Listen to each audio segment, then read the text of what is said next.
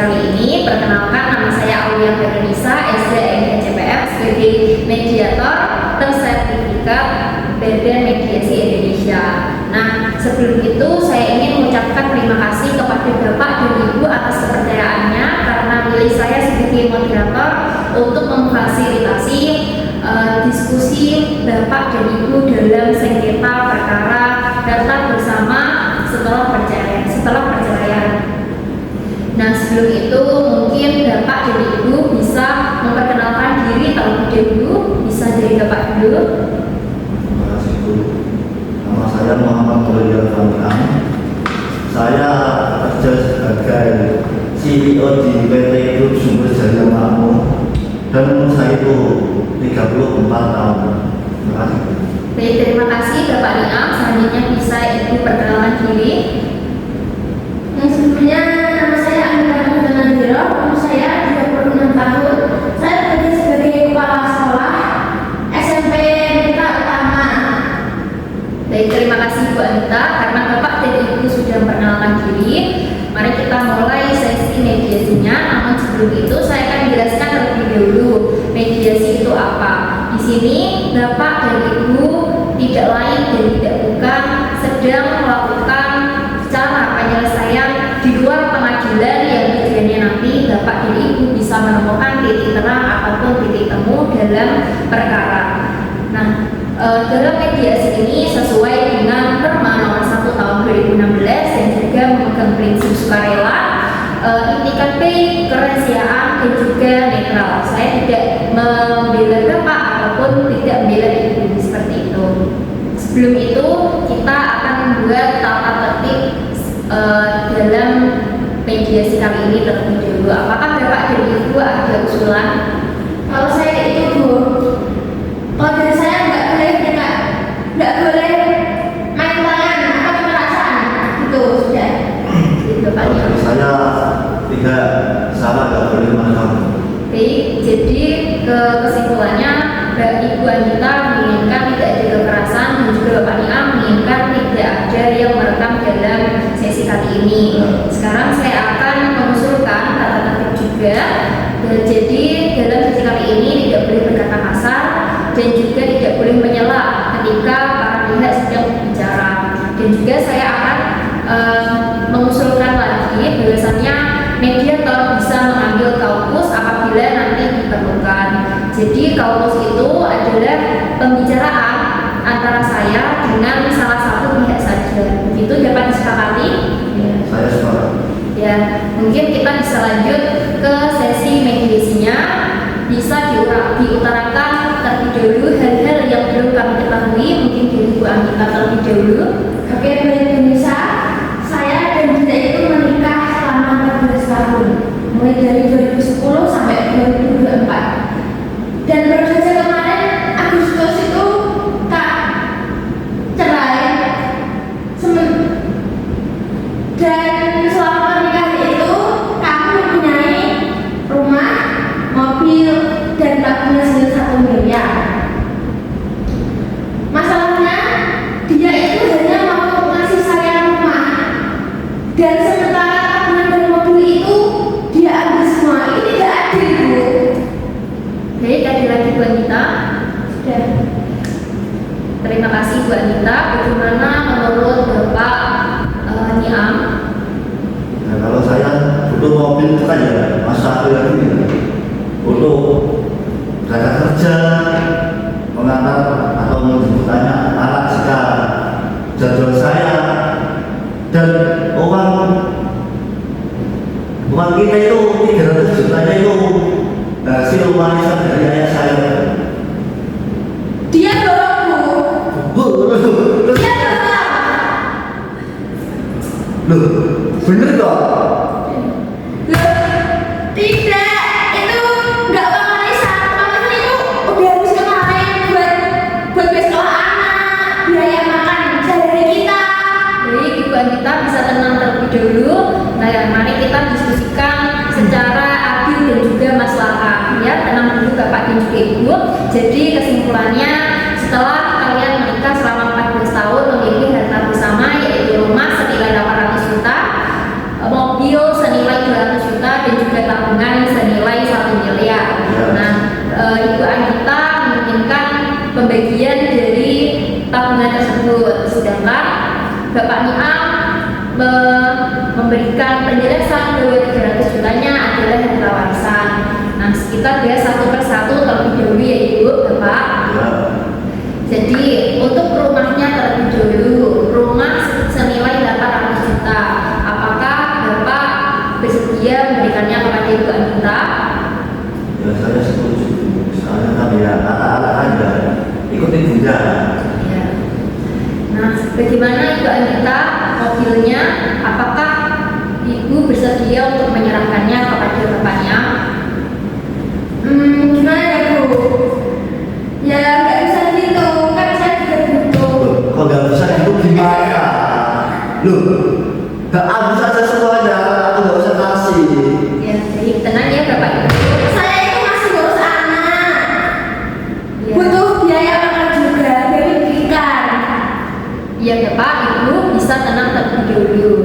Nah, mungkin yang perlu kita bimbingkan di sini adalah bagaimana pembagian mobil dan juga bagaimana pembagian tabungan kalian, seperti itu ya. Karena di sini Bapak dan Ibu sudah memiliki anak, bisa diceritakan terlebih dahulu latar belakang anaknya, usia berapa. Anak kita itu yang satu umur 16, yang satu itu umur 19 Bu. Otomatis dia itu bentar lagi kan mau kuliah, mau ke sekolah, kan butuh upgrade juga itu.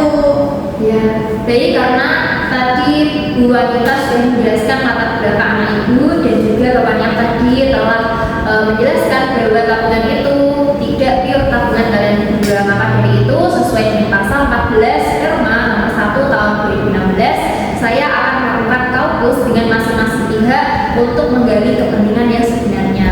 Jadi Ibu Anita apakah bisa menunggu sesi kaukus saya bersama bapaknya terlebih dahulu? Baik. Nah, jadi Bapak Niam, apakah benar uang 300 juta itu termasuk dari harta warisan Bapak? Sebenarnya sih enggak ya Bu ya. Saya itu bohong Bu. Aku nggak dapat bagian dari harta bersama ini. Makanya saya berbohong kalau 300 juta itu uang warisan dari orang tua saya. Baik, terima kasih kepada Bapak Niam karena sudah jujur kepada saya. Jadi sebenarnya tabungan kalian itu sudah 1 miliar dan tidak dipotong uang warisan sama sekali ya.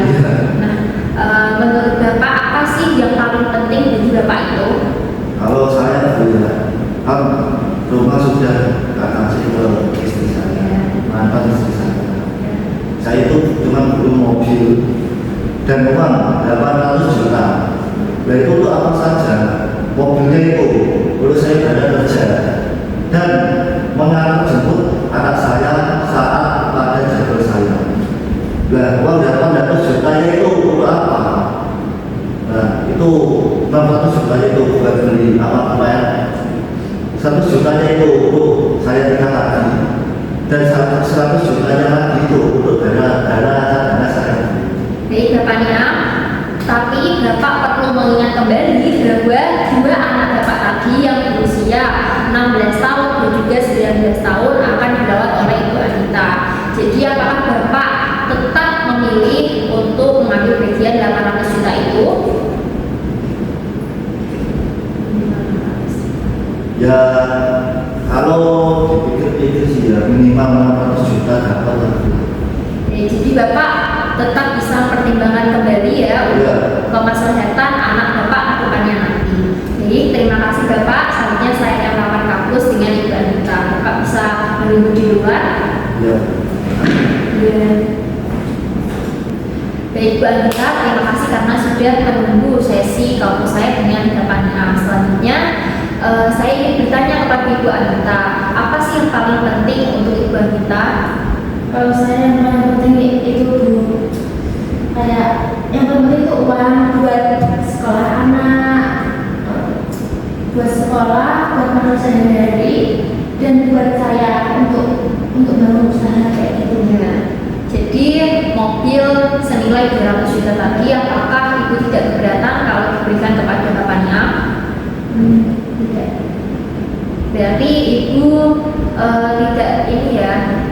hanya membutuhkan uang. Iya. Ibu membutuhkan berapa dari tabungan? 600 juta. 600 juta. 600 juta untuk pendidikan anak dan juga biaya hidup lainnya ya Bu. Iya. Jadi ibu menginginkan rumah senilai 800 juta, uang tunai dari tabungan senilai 600 juta, dan mobil, dan sisa uang 400 juta diberikan kepada bapaknya. Seperti itu. Ya ibu, terima kasih untuk sesi kampusnya. Baik, terima kasih kepada Ibu Anita dan juga Bapak Niam yang telah mengikuti sesi kampus yang termasuk alur dalam mediasi kali ini. Saya sebagai mediator mempunyai usulan apabila nanti Ibu dan Bapak menerimanya bisa menyetujui, dan juga apabila menolaknya Bapak dan Ibu bisa menyanggahnya. Bagaimana dengan opsi yang pertama ini? Kalau Ibu Anita mendapatkan rumah senilai 800 juta dan juga uang tunai senilai 600 juta, dan Bapak Niam mendapatkan mobil senilai 200 juta dan uang tunai senilai 400 juta. Bagaimana Bapak dan Ibu? Loh, saya nggak setuju Bu. Loh, Aji, duit dompet HP, aku yang mau duit bener. Kalau mau bisa HP. Kuliah rumah. Tenang ya Pak, Ibu bisa duduk dulu ya. Kita telah menyepakati di awal sesi bahwa di dalam tata tertib tidak boleh berkata kasar dan juga tidak boleh bermain tangan. Seperti itu ya Bapak, Ibu. Apabila tidak menyetujuinya, saya akan memberikan opsi yang kedua. Bagaimana kalau Ibu Anita mendapatkan rumah senilai 800 juta dan juga uang tunai senilai 400 juta, dan Bapak Nia mendapatkan uang tunai senilai 600 juta dan mobil 200 juta. Bagaimana kalau seperti itu? Sudah kalau gitu. Nah, bagaimana Bapak Nia? Perlu diketahui juga bahwasannya Ibu Anita nantinya yang akan merawat anak Bapak yang berusia 16 tahun, yang berusia 19 tahun maaf, dan juga berusia 16 tahun. Nah,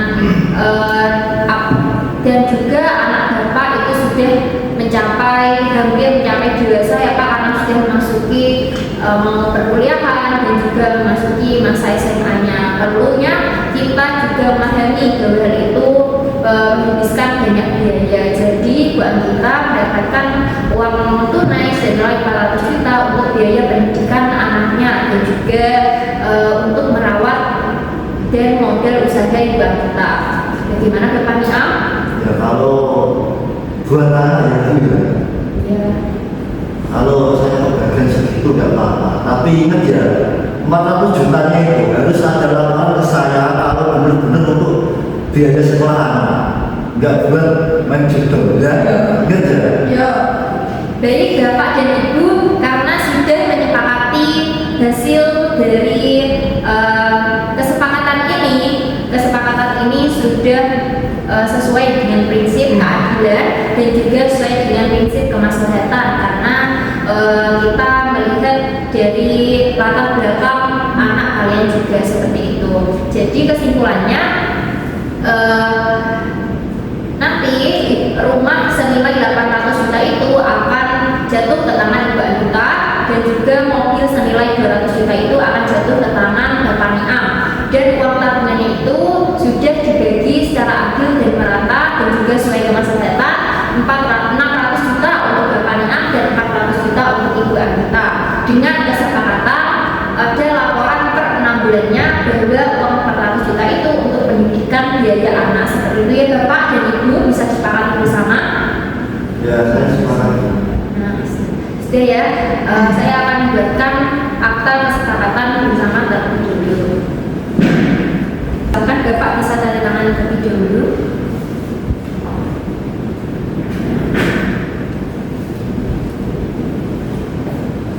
Ini buat kita.